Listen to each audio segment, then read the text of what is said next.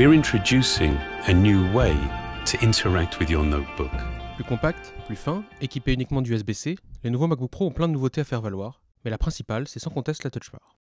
Ce ruban de LED est placé au-dessus du clavier, là où auparavant on avait une rangée de touches de fonctions. Il s'agissait des touches F1 à F12 qu'on l'on utilisait essentiellement pour contrôler la musique ou la luminosité. Apple a choisi de remplacer toutes ces touches par un seul écran multitâche. À quoi sert la Touch Bar? Comment est-elle exploitée par les apps? On fait le point.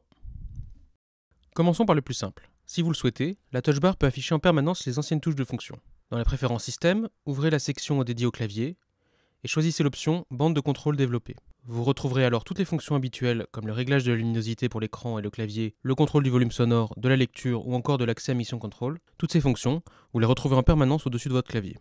Si vous avez besoin des touches de fonction numérotées, elles n'ont pas disparu. Par défaut, appuyez sur la touche FN du clavier et elles apparaissent. Vous pouvez utiliser ainsi la Touch Bar, mais vous passerez à côté de l'essentiel. Le choix d'un écran plutôt que de touches physiques laisse beaucoup de liberté et les apps l'exploitent pour afficher leur propre contrôle. La Touch Bar est séparée en 3 espaces distincts. Sur la droite, le contrôle strip affiche jusqu'à 5 icônes de contrôle. Par défaut, vous retrouverez le contrôle de la luminosité et du volume sonore, ainsi que Siri. Pour changer le volume ou la luminosité, vous pouvez toucher l'icône correspondante. Une règle apparaît alors et vous pouvez glisser le curseur. Mais, ce qui est plus pratique, vous pouvez aussi toucher l'icône et glisser immédiatement n'importe où. Le contrôle strip n'affiche que ces icônes, mais la flèche permet d'afficher toutes les touches de fonction, et on retrouve alors un clavier complet comme on en avait auparavant. Sur la gauche de la Touch Bar, on retrouve la fameuse touche Escape. En général, elle est affichée, mais ce n'est pas systématique. Parfois, c'est une icône plus explicite qui est présentée, par exemple un bouton terminé quand on active Spotlight. Même si le bouton Escape n'est pas au bord de l'écran, vous pouvez toucher à côté et l'activer malgré tout. Malheureusement, ce bouton virtuel n'est pas présent systématiquement, si bien qu'il faut parfois 2 actions pour l'atteindre. Venons-en au cœur du sujet. Le centre de la Touch Bar est la partie réservée aux apps. Ce qui s'y trouve dépend logiquement de chaque application, et on peut trouver des exemples variés chez Apple. En effet, le constructeur a utilisé la Touch Bar dans presque toutes ses apps. Voici quelques exemples intéressants. Safari affiche des touches de contrôle, et surtout un aperçu des onglets ouverts. On peut passer de l'un à l'autre en glissant sur la Touch Bar. Plan affiche des catégories de recherche comme sur iOS, puis permet de calculer un itinéraire. Calendrier permet de se déplacer dans le temps. Photo, enfin, affiche un aperçu des images et permet de les faire défiler ainsi. Par ailleurs, en mode édition, tous les contrôles sont disponibles également dans la Touch Bar. Apple a cherché à montrer l'exemple et a utilisé la Touch Bar partout, même dans le terminal pour changer la couleur de fond ou afficher le manuel d'une commande. Et même dans le moniteur d'activité. En général, on retrouve dans la Touch Bar les éléments d'interface de la barre d'outils pour chaque logiciel.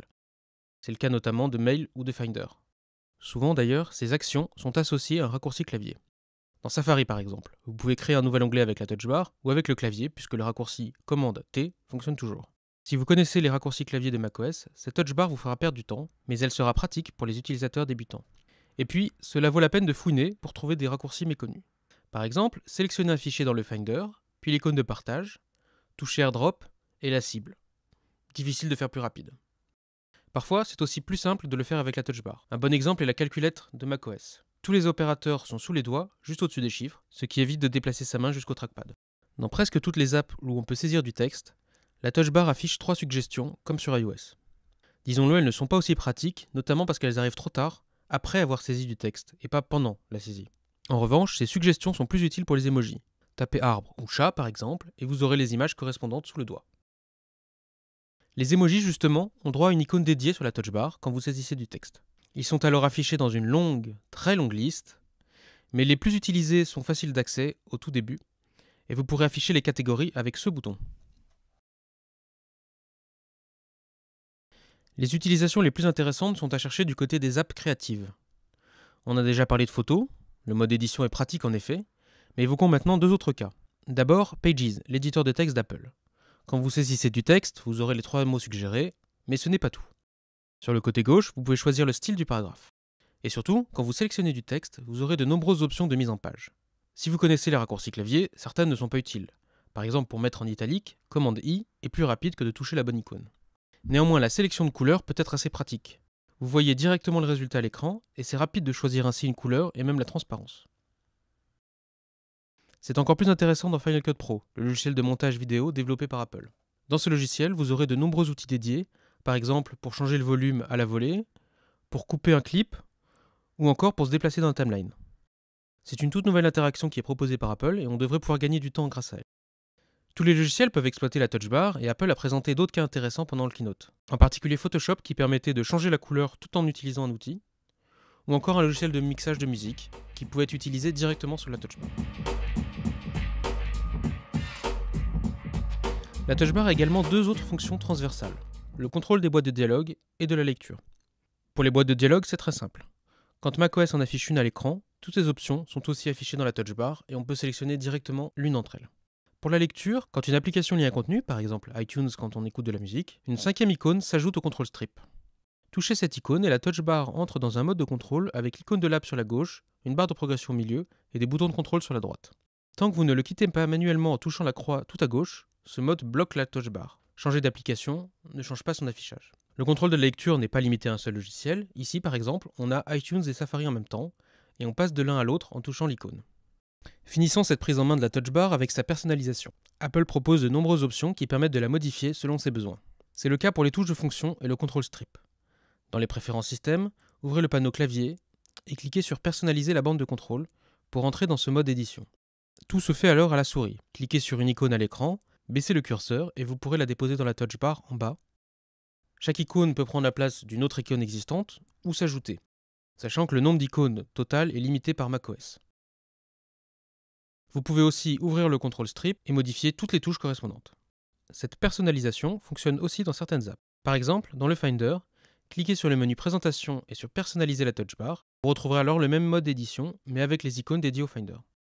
C'est très pratique, mais malheureusement ce n'est pas universel. Dans certains logiciels comme Final Cut Pro ou Pages que l'on évoquait plus tôt, les fonctions proposées par Apple ne peuvent pas être changées. Si vous avez encore besoin des touches de fonction numérotées, vous pouvez choisir une liste d'apps où elles seront systématiquement affichées. Dans les préférences système, dans clavier et dans raccourcis, cliquez sur touche de fonction et ajoutez des apps à la liste. Autre option proposée, macOS peut désactiver totalement la suggestion de texte qui n'est pas franchement utile. Dans les mêmes préférences, cliquez sur texte et décochez suggestion de saisie de la touch bar. Apple a pensé à de nombreuses options de personnalisation, mais rien pour gérer la touch bar elle-même. Sa luminosité et sa durée d'allumage sont bloquées par le système et vous ne pouvez rien y faire. Si vous ne touchez pas le Mac, même pendant la lecture d'une vidéo, elle se mettra en veille après 1 minute.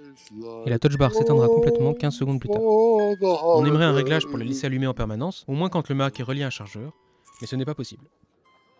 Si la touch bar est éteinte, vous pouvez la rallumer soit en la touchant elle-même, soit en touchant le trackpad, soit en cliquant sur n'importe quelle touche du clavier. Peut-être qu'Apple améliorera ce point avec une future mise à jour.